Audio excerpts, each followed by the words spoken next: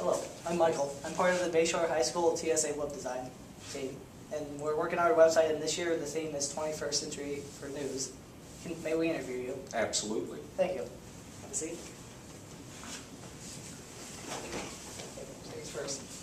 What is it like teaching a newspaper publishing class? You know, that's a loaded question there. There's so many variables that go in. I enjoy it. My background is in print journalism, 25 years in the news industry and newspapers and magazines.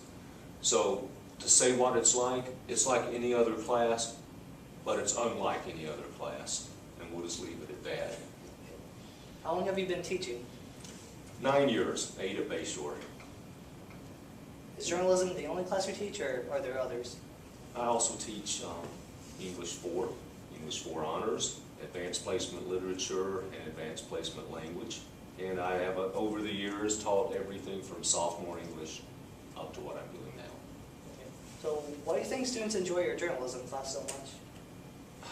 It's one of the few classes that the students, by this time of year, the students actually run the class. They know the basics of journalism, but the students decide what to put in the newspaper, who's going to write what, who's going to take what photos, they do the layout. So it's a class where they get to chart their own course.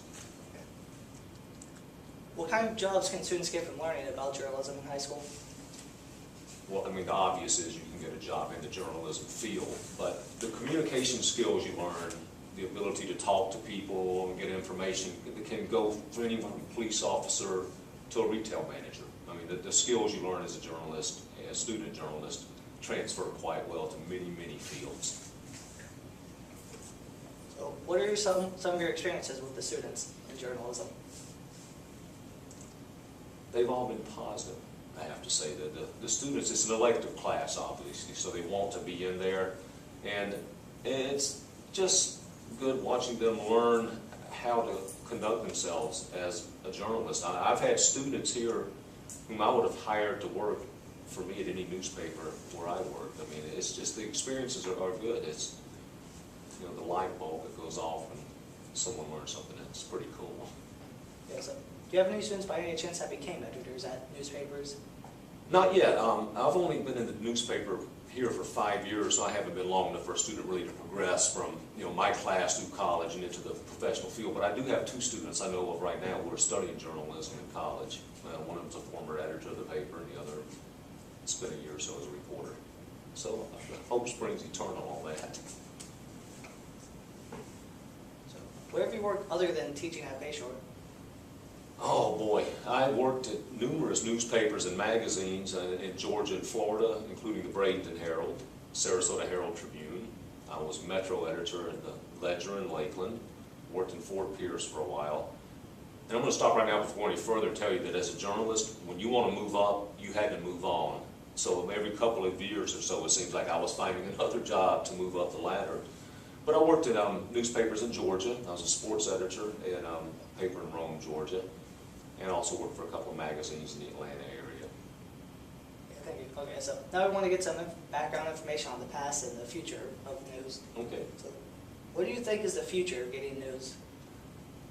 Well, what I hope the future is that people who go online to get their news, and we know the internet is full of information, the overwhelming majority of it of very shaky quality. They're going to get it on the internet, and I hope that the people who go on and look for the traditional sites. The New York Times has a website, the LA Times, the Bradenton Herald, the Sarasota paper. I hope that they go for the sites that still have the journalistic integrity to check the facts and present the news in a factual manner. How do you think news has evolved from when it first became popular and well known? The instant 24-hour communication. The world never shuts down, therefore the news gathering and the news presentation and the transfer of the news is around the clock now. And that's the main change. So how do you think the quality of journalism has changed, whether it's good or bad? The core quality and the core qualities of journalism, I think, remain very good, very high. I mean, if you have a chance to read the Washington Post or the New York Times and see journalism played at its highest level, it's the same today as it was in the 1970s in the famous Watergate days. Unfortunately, because of the the explosion of the internet, anyone can go out and create a site and push it off as legitimate news, and we know where that's, where that goes, So the change, it's still good, Michael. It's still good. Lastly, how do you think the news will be paid for in the future? Well, I don't know if you guys are aware of this or not, but many of the websites for the newspapers, including the Bradenton Herald, you have to pay for it. It's a nominal fee, but you have to pay for it. And also advertisers, the advertising on the internet. The one thing with a newspaper that circulated to 40,000 houses, your advertising was limited to the 40,000 houses and the people who happen to come through there. On the internet, how many hits do you think the Bradenton Herald website would get in the course of a day? I don't know, but think about what it would get. So the advertising will be the primary driver, which it has been for generations. But nevertheless, the subscriptions, people paying to have the access to the news online. Lastly, how do you think the news will be paid for in the future? I don't know if you're aware, a lot of people aren't, that most news organizations who have websites are now charging for access to it. The Sarasota Herald Tribune doesn't at this moment. You can go on that site and access everything, but the Bradenton Herald, many of the stories, you have to be a subscriber. Now the fee is nominal, but nevertheless you have to pay. But the key, and the main driving force on the economics is the advertising. And advertising has been what has paid for the news delivery for generations. But I think that's changed now in many ways, and it's more profitable because the Bradenton Herald going to 40,000 households, that advertising was limited, to the 40,000 households and the people who came through there. But on the internet, anybody who hits that site, has the information in front of them. And I'll use an example. I read newspapers from around the world.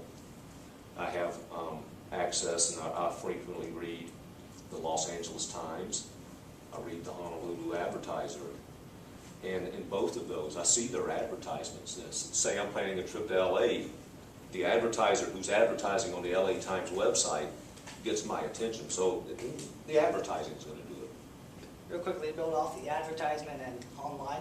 How do you think social media is going to play a role in journalism and news moving forward?